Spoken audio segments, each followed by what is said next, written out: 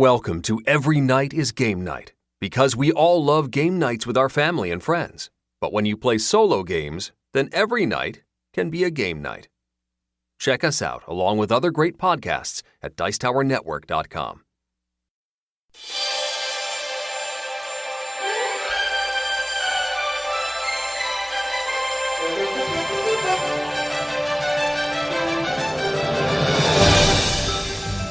Every Night is Game Night, episode 126, the ENGN Solo Awards for 2018, Part 1.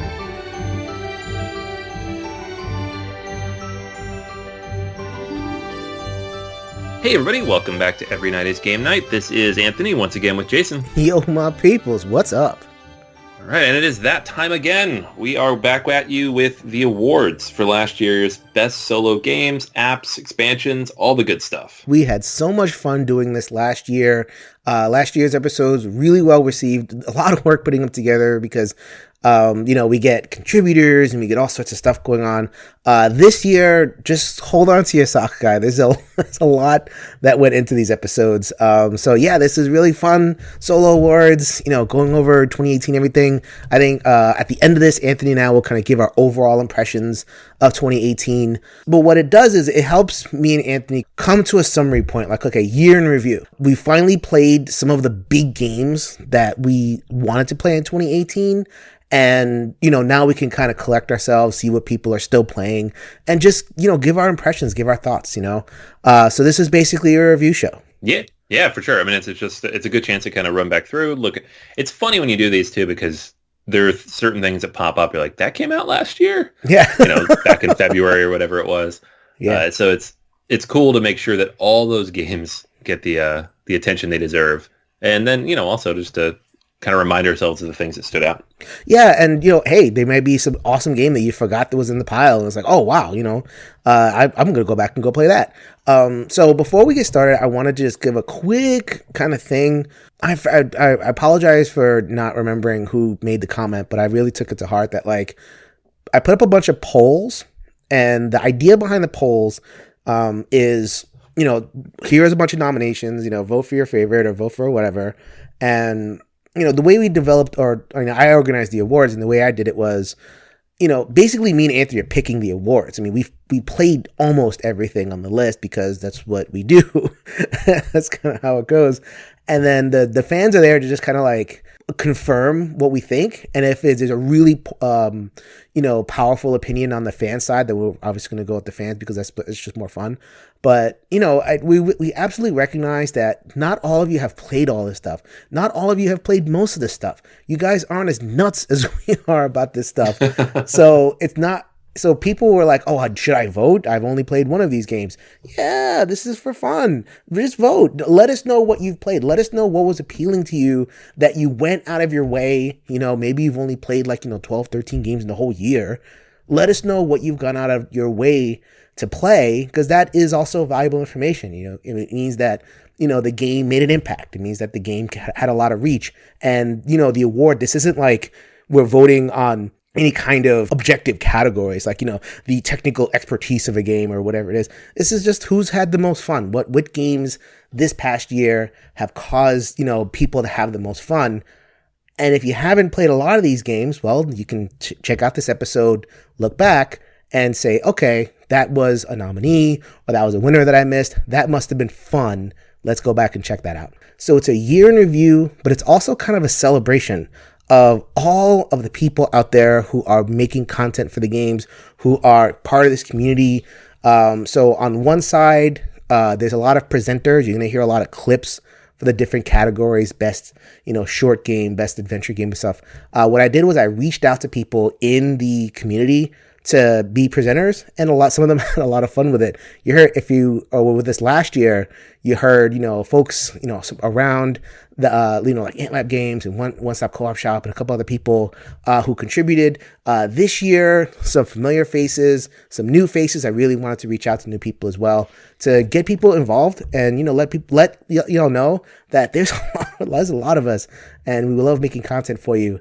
This year, what I did, and this is very insane of me because there's a lot of work, but I wanted to reach out to the people who won. They are very accessible. You email them, They respond right back and they say, okay, that's great. I want an award. How can I help? And, you're going to hear from some people in clip form as well. So hold on to your seats. There's going to be a lot of voices in this episode. You ready? You ready for some awards? Let's do it. All right. So this is an award that is near and dear to our hearts. Just like in the regular award show, we're going to start with the technical category. And we normally it's not televised. You have to kind of tune into C-SPAN or something to see these. Let us get to the best digital board game.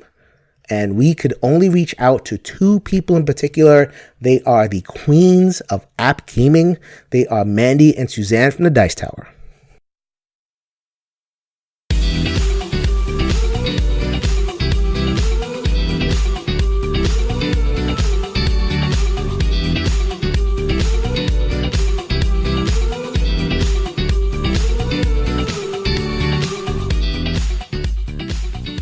Hi everyone, I'm Mandi. And I'm Suzanne from the Dice Tower. And today we are presenting the best board game app of the year for 2018.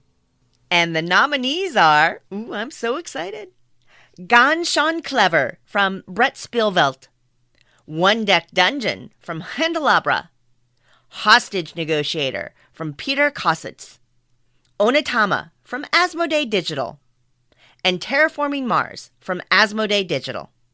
And the winner is Ganz Schön Clever. The crowd goes wild. Congratulations. All right. Thank you very much, Mandi and Suze. Remember when I said that we were I was gonna reach out to like the creators to get to accept the awards. That worked out for the most part, except for stuff like this. I don't know if I will be able to reach out to Brett Spielvelt. I'd probably embarrass myself by saying that and getting somebody from over there to this. So what I did was, just like in good award show fashion, I reached out to some other folks and I have two gentlemen right here who are going to accept the award on their behalf. Congratulations, you are new to the Dice Tower. This is the Sporadically Board podcast with Mike and Dan. Hit it, guys.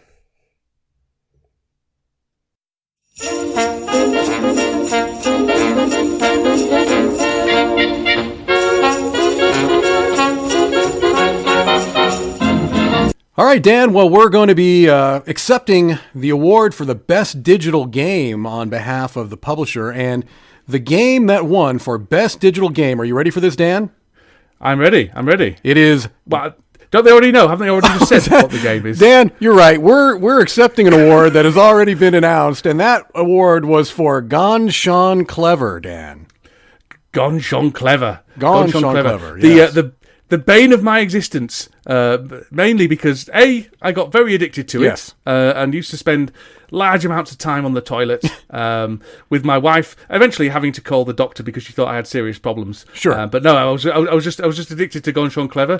But my other thing was, it used to invoke massive rage in me when people kept posting their highest scores on Twitter and Facebook. And no one cares what your highest scores are. Dan, what was your highest score? My highest score was 12. That's fantastic, Dan. So, well done to Ganz Schön Clever. Yes. We're very proud to be accepting this award and the cash prize that comes with it. So thank you very much. Indeed. Wonderful. I get to hear all about Dan on the toilet playing Ganz Schön Clever a zillion times. How much time have you spent in the restroom or somewhere like inconvenient playing Ganz Schön Clever like a billion times?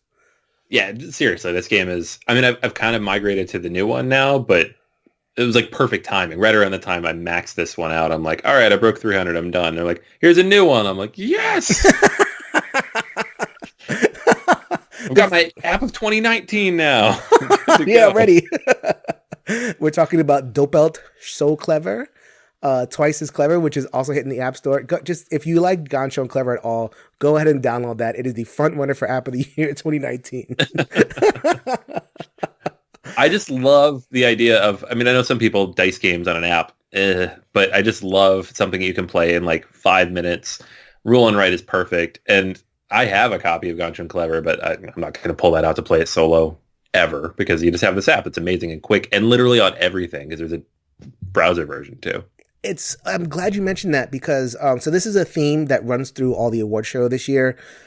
last year there was a lot of unanimity. I put up polls on BGG and Facebook, and for the most part, people voted for the same thing. So it's like, okay, people are just kind of hopping back and forth, voting on both. That's great, whatever.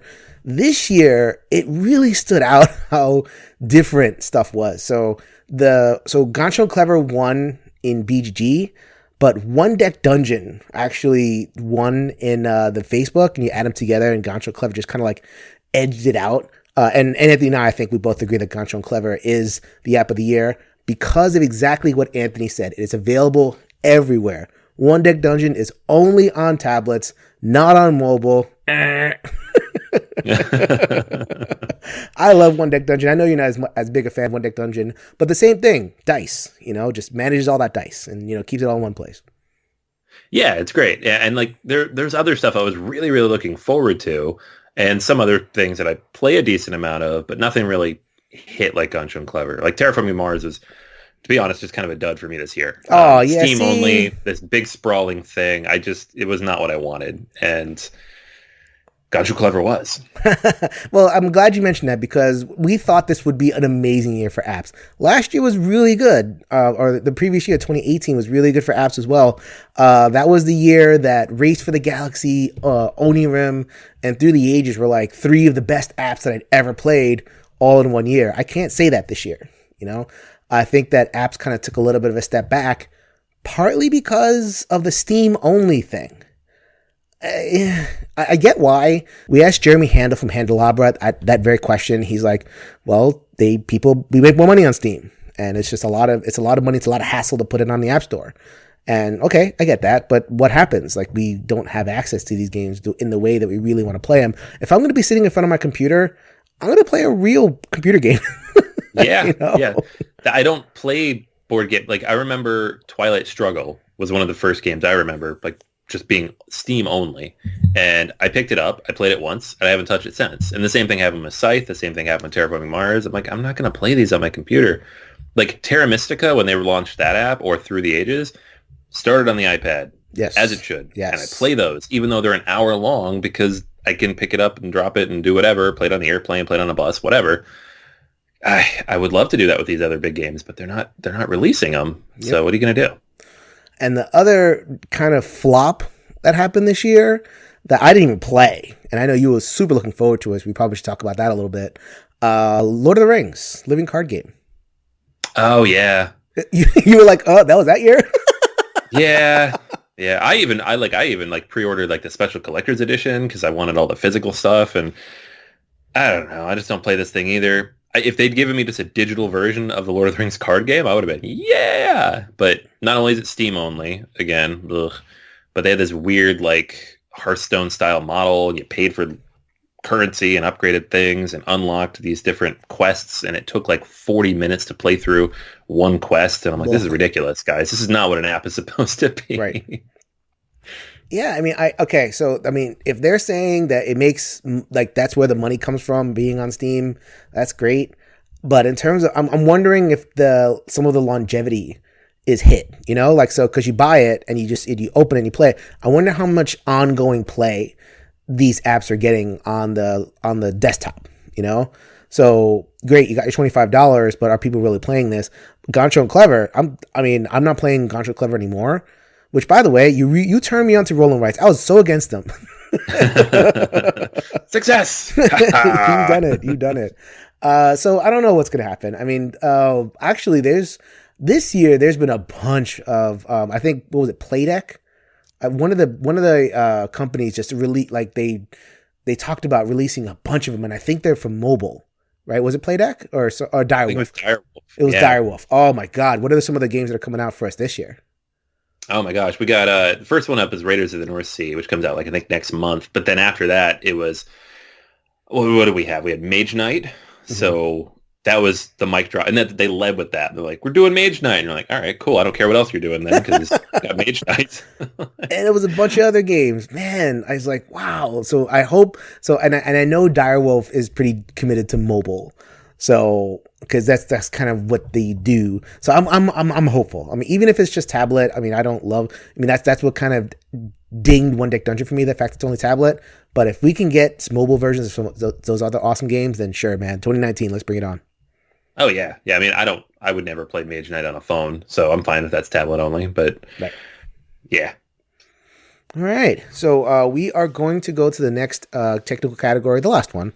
But we're actually going to fold it into this subsequent category because it's the same winner for both. So the best app companion happens to be the same winner as the best narrative game. So we're just going to go straight to narrative game and then talk about this excellent game right on the other side. So here to present best narrative game are our good friends Peter Gooses and Michael Kelly from Coop Cast. Hey, Every Night is Game Night crew, this is Mike. And Peter. And we're from Co-op Cast and the One Stop Co-op Shop YouTube channel. And we just wanted to say thank you to Jason for inviting us back again this year to help announce some winners. Yeah, always love to help out Every Night is Game Night, our sister/brother podcast. We're here to present the award for Best Narrative Game. And the first nominee is Choose Your Own Adventure, House of Danger by Z-Man Games.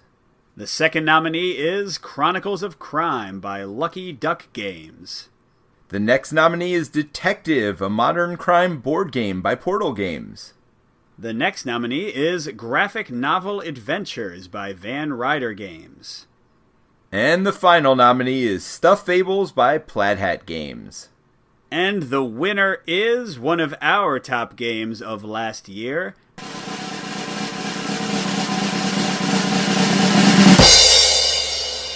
Chronicles of Crime. Woo! You did it, Chronicles of Crime. I guess that duck is lucky after all. Well, I tell you what, I think the voting for this went exactly as it should. Chronicles of Crime, great game. One of our top 2 games from last year on our joint top list for the end of the year between that and The Mind. So I definitely think this is one of the best games that came out last year, and certainly best in this category. No arguments from me. So thanks, Every Night is Game Night. Thanks, Jason, and stay classy, everybody. All right, time to get out of this tux. Thank you very much, gentlemen. And now accepting both awards on behalf of Chronicles of Crime is the lead game producer for Lucky Duck Games. This is Vincent. We apologize for any audio snafu that may have occurred. My friend is across the pond, so sometimes things get lost in translation, but we're happy to play his clip. He's really happy to accept the award, so here you go. So this is with a huge honor that we accept both prizes. Chronicles of Crime is the fruit of many years of development, both from David, the author and game designer, as well as Lucky Duck Games team from conception, visual design, manufacturing, and final development and prototyping, as well as the app development side, which is all made by one man, Marcin Miunski. So it's been such an incredible journey for us to bring this game to life, and seeing people's reaction and engagement towards it is the most rewarding thing we could ever expect. So thank you so much for making Chronicles of Crime one of your top pick this year, and we look forward to surprise you with some more adventure next year. Thank you, guys. Bye-bye. You know what, my friend? Like, I heard the clip from Vincent. Thank you very much, guys, for submitting stuff. I heard that clip from Vincent. It just warmed my heart. I could definitely tell that, he's blood, sweat, and tears went to this game. You heard it in the clip 4 or multiple years of development for Chronicles of Crime. And, it really shows like that. It was one of my favorite games of the year. Like, I couldn't name it my game of the year because I'm not like, it's case solving at the end of the day. But as an achievement, as a whole experience, man, Chronicles of Crime, I was blown away. Yeah, man, and this was a crazy good year for this type of game. Like, I don't normally love narrative type games, and all of the nominees here, I liked all of them. So It was like, how did that happen? Yeah, Chronicles of Crime is like a funny one too, because when that press release hit, I guess a year or two ago, and they invited us to check it out at their booth, I remember thinking, like, oh, this seems overpromised. There's no way they can deliver on this. And then we went and demoed it and we're like, wow, that was really cool. Like, and we were talking it up for a while after the show, and that was, before the Kickstarter even ran. And then when the final version came out, we're like, whoa, you guys really nailed it. Mm-hmm. It's you can definitely tell the amount of work that went into this thing. So on a personal level, do you agree with the choice of Chronicles of Crime? Because I know you loved the detective from Portal Games. Yeah, I think so. Detective of all these was definitely my favorite personally, but it's one of those games, like occasionally you're like, I love this game, but I don't expect anybody else to. It's so... This game is mine. It's a big ask, right? It's a 3-hour game. You take notes. You're sitting there. You have to play, if you want to get the whole story, you got to play all 5 of the cases. It takes all this time. Getting a group of people together is nearly impossible, so you play it alone, and it makes the game harder. Chronicles of Crime it's quick, it's snappy, it feels more like a game. It's highly replayable. It has more stuff. You can just get in there. So, I get it. I'm totally cool with it. I love this game too. Detective is probably my vote, but this is a close second. Yeah, sure. I guess my thing would have been for graphic novel adventures. Like, I actually enjoy graphic novel adventures more than Chronicles of Crime because I'm a comic book guy. And I know you enjoy detective more because you're, more you enjoy that thinky kind of homeworky aspect to board games. I didn't mean to say it that way. Far, man. I like books. All right, I have a lit degree, so true. That's totally true. So mine, I love the graphic novel adventures. They were actually gonna when the Kickstarter hits, and I think the Kickstarter should be live as this episode releases, and we'll have a episode connected with that for you. So I totally dug graphic novel adventures. I'm really surprised that it didn't get more love. Stuff Fables, I can see why that is, because it's more of a family game. That people don't associate that with solo, which is totally fine. Still really good. I had no problem with Stuff Fables, especially with some tweaks, because I think mechanically that game was a little bit difficult in terms of, dice rolling, and you get stuck in holes sometimes, and, get a little bit frustrating. So I think with some kind of rules tweaks, Stuff Fables is excellent. And those tweaks were in Comanauts, which we'll be talking about when I buy it. Or when I trade for it, because it's really expensive, $70. Oh my God, good Lord, for a kids game. But I think at the end of the day, we're talking, all these are great, and even the ones that didn't get nominated, like the Escape Tales Awakening was really good. Spy Club, I know you enjoyed. Me not so much, but like I can recognize that it's really good. But I think that people got it right. Chronicles of Crime is definitely had the best overall package. And the app, as far as the app integration piece of it, there weren't even any of the nominees. Like, there was nothing. Like, what else do we get in terms of app companions for this year? Yeah, nothing significant. We got various things with timers and score whatever, like extra stuff people throw in there, but there was nothing like fully integrated. This is part of the game, and it's a really cool thing that nobody else is doing. And this, it's memorable. It was definitely deserves it. So people predicting doom and gloom, keep these apps out of my board games, I think you're good for a little bit. These are really hard to develop. Not every board game is going to have them. So, like Vincent was saying, it took a lot of blood, sweat, and tears to make the app for this game. Or your Fantasy Flight, and you can outsource that thing or have like a whole division for it. But even they've been working on that Lord of the Rings game for how many years now with that app? Like, they can't do that every year. It's a multi-year project. Absolutely. All right. So that was Best Narrative Game. Let's go on to another couple of categories. To now, Best New Edition of a board game. Best defined as like a reprint, a second edition, or in some cases a third edition. It's just kind of a reiteration when designers kind of recognize that there is a thirst for a game out in the market. And, maybe either the print quality wasn't so great, or they wanted to just go back under the hood. I think every designer wants to go back under the hood for a do-over of their game. At least that's what I hear. So sometimes you're lucky enough to get that chance. So we are going to get to Best New Edition. We have a new person, a new friend of the podcast. This is Raz. He has a blog that is completely in French, so you may not have heard of it, but he is a friend of the solo community, very active in BGG.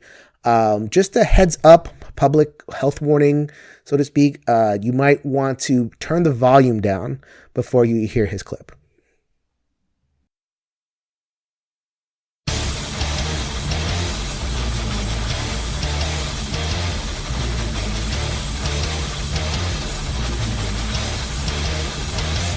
Hi, this is Raz from Le Comboteur Fo, a French written blog of news, reviews, playthroughs, analysis, playtests, and translations. I'm your host for the award of the best new edition of a board game of 2018. The nominees are Arkham Horror, 3rd edition, published by Fantasy Flight; Cosmic Run, Regeneration, published by Dr. Finn's Games; Darkest Night, 2nd edition, published by Victory Point Games; Mage Knight Ultimate Edition, published by WizKids; Tiny Epic Defenders, 2nd edition, published by Gamelin Games. And the winner is... Can I get a drum roll, please?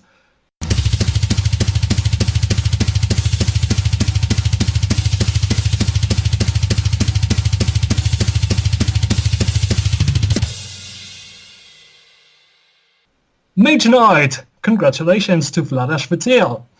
Is that how you pronounce Vlada's name? I don't know, actually. Hi, my name's Paul Grogan from Gaming Rules. You may remember me from such videos as How to Play Gloomhaven. Anyway, I'm here to accept the award for the best new edition of a game in 2018, and that is for the Mage Knight Ultimate Edition. Now, some people might think, well, why is Vlad not here? Well, Vlad is very busy at the moment designing other games, but for those of you who don't know, I was the co-designer of the later 2 expansions, so Krang and Shades of Tesla. I helped out a little bit with Lost Legion, but then Vlad passed over basically the game to me and a friend of mine, Phil, and we co-designed the later 2 expansions. I think WizKids have done a great job with the Ultimate Edition because the game is obviously great, but it's allowed the game to reach a wider audience. They've picked it up, they've reprinted it, and they've done everything the right size this time, which is good. So yes, thank you very much for all of your votes, and happy gaming. All right. Thank you to Paul. I actually did not realize that Paul was so involved in the Mage Knight development that Vlada had basically like, all right, I'm good. I got other stuff to do. You know? Yeah.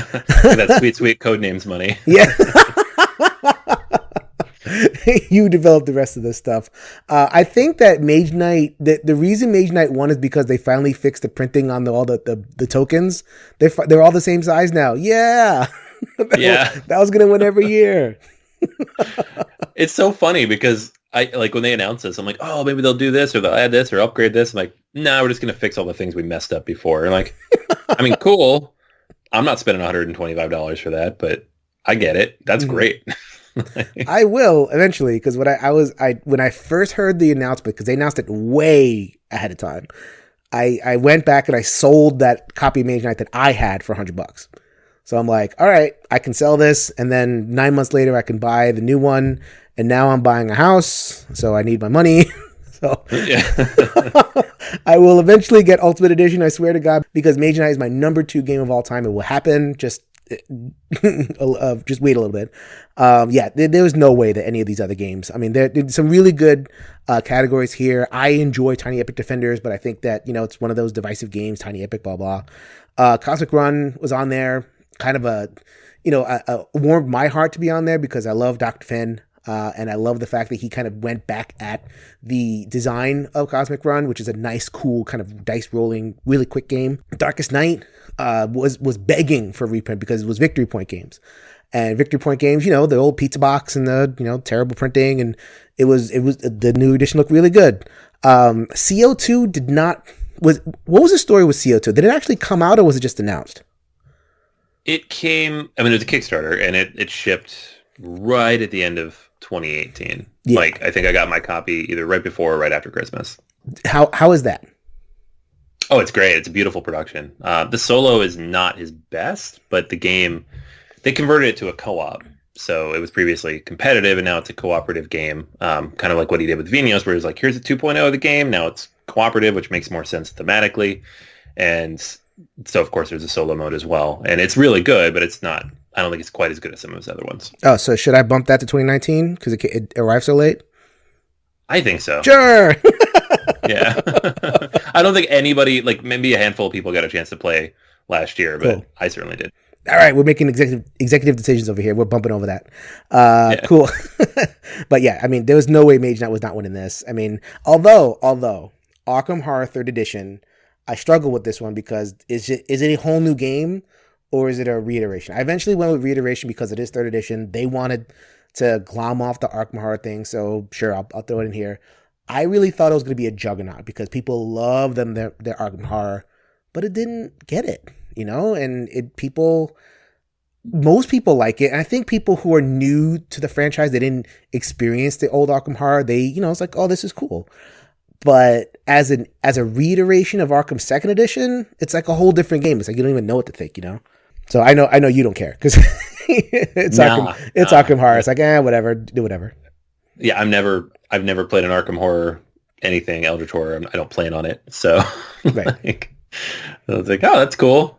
I know people who'll be happy. We did a whole episode on it. We won't go into all chapter and verse, but you know, Arkham Horror.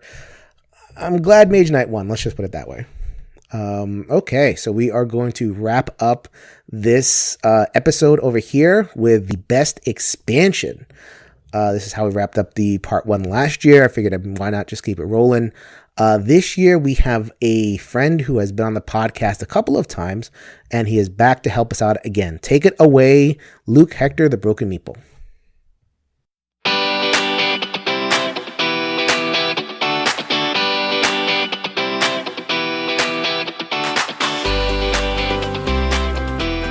Hi everyone, Luke from the Broken Meeple here. Thank you, Jason, for allowing me to help out with this awards ceremony. I'm sure it's been a good list, and hang on, they picked that?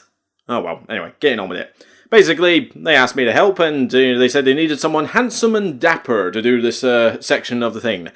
Okay, A, this is audio, and B, is he blind? Has he ever seen my face? I don't know, but anyway, that's enough of that. Let's get on with it. This category is for Best Expansion. I love expansions. I look forward to an expansion more than I look forward to an actual game, because I have to hope that this game is going to be good, because I've never played it yet. But at least if something like, for say, Abyss, or Caverna, or any other game I've got, has an expansion coming out, I already know I like the game. So obviously adding more content to it is going to get me more excited.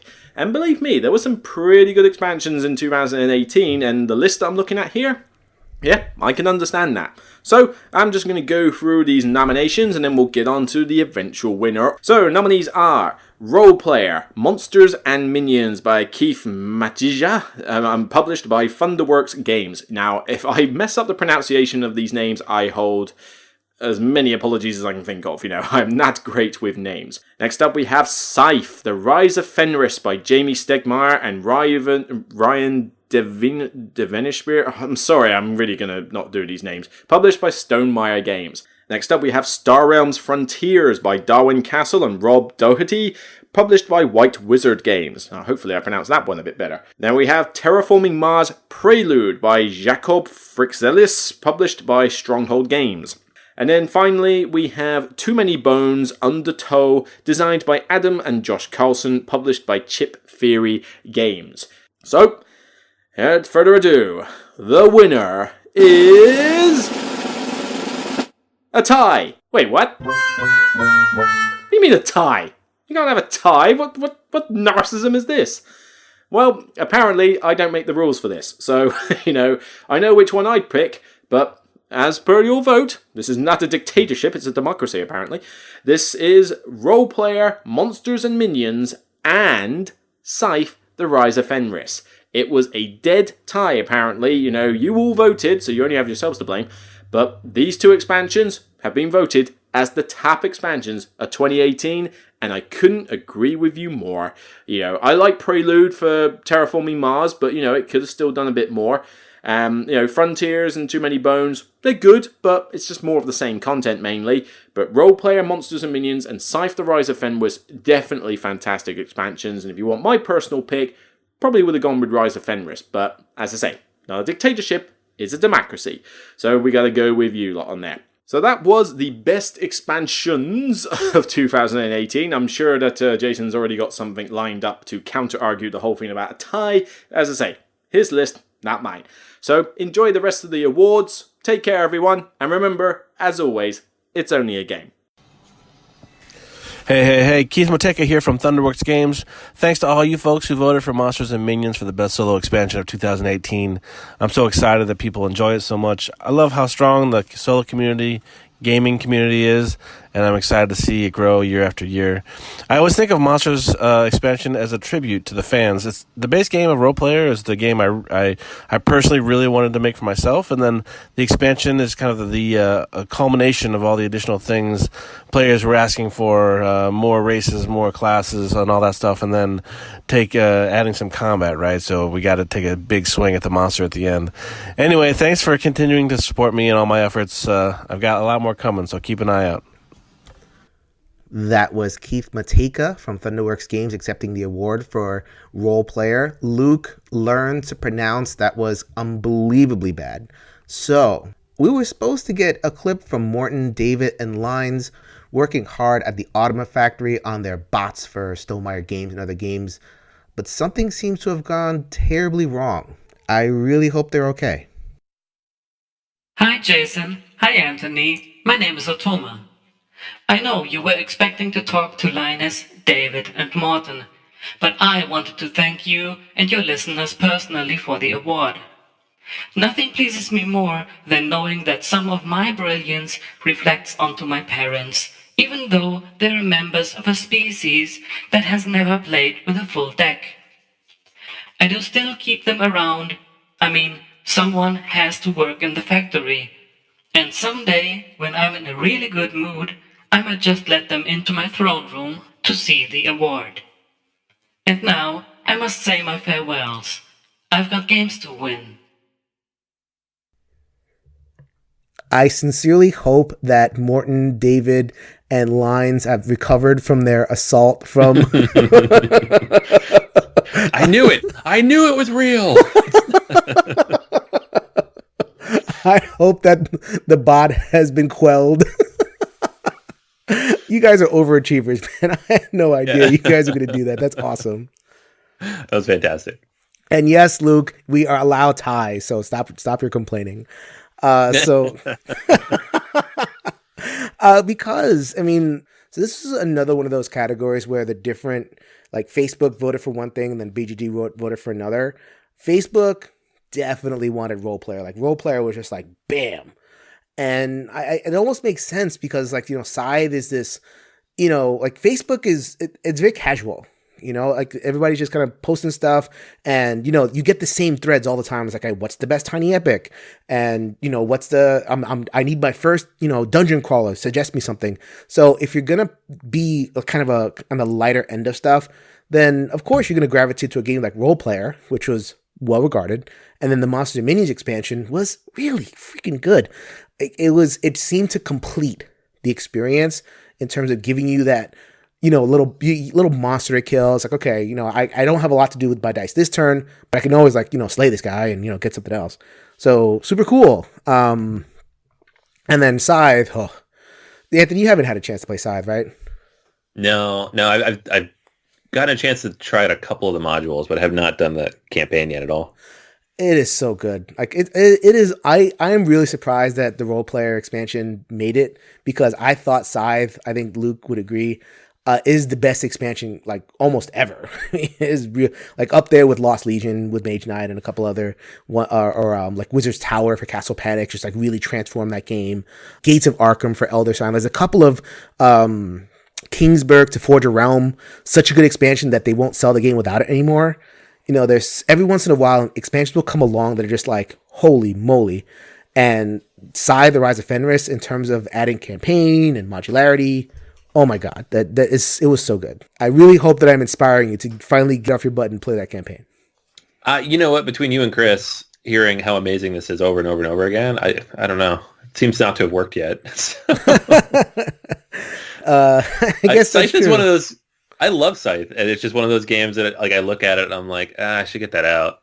I'm just gonna play Terraforming Mars again. It's fine. They came out the same year. Yeah, no, it's been tough. The game that tied with Scythe on BGG actually was Too Many Bones Undertow. People are loving them Too Many Bones. I'm cool with Too Many Bones. I think you're fairly cool with Too Many Bones. I think I heard you review it on BGA. I don't love it. It's fine. Yeah. it's a bit of a sprawl, a bit of a time sink. I don't know. I appreciate what it does, and I think it's very clever, but it just didn't really sit well with me. It's definitely like grist, definitely red meat for the BGG crowd, because they love like kind of heavy-ish adventure games that are, they have a lot to them and they're innovative. I just kind of think it hits that bullseye really hard. So I can understand why TMB kind of took the cake there. I'm really surprised at that Terraforming Mars Prelude didn't get more love. I guess maybe because it helps the multiplayer more than the solo. I guess that's something like that. Yeah, 100%. Yeah, if this was like best expansion for multiplayer, it would probably still be Scythe, but Prelude would be up there. But Prelude's a funny one too, though, because I end up seeing it more like this should have been in the game in the first place kind of a thing. Like, you have to buy it because the game needs it, but it's annoying that you have to buy it. You know what I mean? Right. Yeah, like I bought it and I'm like, oh, they're not the exciting cards. Like they're just basically, like they could be cards from the deck and they just have to give them to you first.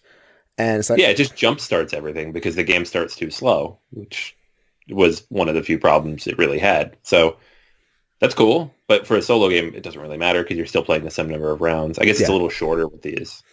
Yeah, so I could see, but there's definitely that is a expansion of note. Like, part of the point of these episodes is to let people know what's good. And Terraforming Mars Prelude is good. Go check that one out. And even, so this was a category, as opposed to a lot of the other ones here, where there were a lot of entries that didn't even make it that are good. And they share a theme of like being, like adding adventure, so to speak. So like Aeon's End Legacy, which is basically like it's a standalone, but it eventually adds into the base game. So I kind of regarded it as an expansion, more monsters, more cards and everything. The Grizzled added campaign. The Armistice Edition added a campaign. Amber Mines adds more, story and a whole co-op mode like that. I think that there were a lot of really good expansions that were not even covered. Can you think of any that on your end that weren't on this list? Yeah, I mean, one you didn't mention that is on the list here is Root, Riverfolk, which is amazing. And those are, I think, for me, two of the best factions in the game. I'm trying to think of what other stuff. Like, I really, really enjoy the Oh My Goods expansions. I don't know. I think the second one came out in 2018, but it was just ridiculously hard to find. So I was almost hesitant to mention it. But those are a lot of fun. Kind of just little challenge mode campaign things. I really hope they re-release those at some point. Is that, are they available in English? Yes. Yeah, I think they were both officially released in the US in a really small print run. They're both out of print now. You can probably still order them from Europe, but that's a lot of work. Yeah. The hope is that they repackage it, like all three of them together, and just release it as a big box, because Asmodee owns it now.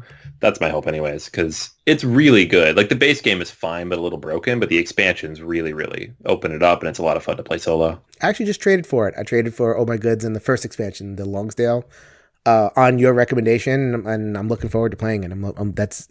I love little card games, and that sounds like something that could really get a lot of play, just as like a quick, but thinky experience. Yeah, for sure. I think you'll definitely like it. All right. So that was 5 categories. Next week we have 5 more categories, which means more presenters and more acceptance speeches. I don't know if Morton and the Automa is still running wild over there. Maybe it'll make an appearance on the second episode. Who knows? But we are definitely really excited to bring this to you. Really excited to review the year. Next week we are going to have, just games. Here we do some miscellaneous stuff, apps and app companions and everything. Next week is all about games. Yes, that is everything for this half. Definitely make sure to hit up all the people, the presenters, all the people who took the time to kind of help us share all this information out, as well as the people who won the awards. Say congratulations, let them know you're listening. All that stuff you can find up on our Facebook group, Every Night is Game Night there, as well as on everynightisgamenight.com or over on BGG and the Solo Guild. But for this week, that's going to go ahead and be everything. Make sure you tune in next week because we will have the second half of the awards. As Jason said, all the big stuff. But for now, it's going to go ahead and be everything. So until next time, go ahead and grab a solo game off the shelf, and let's make every night game night. Later, everybody.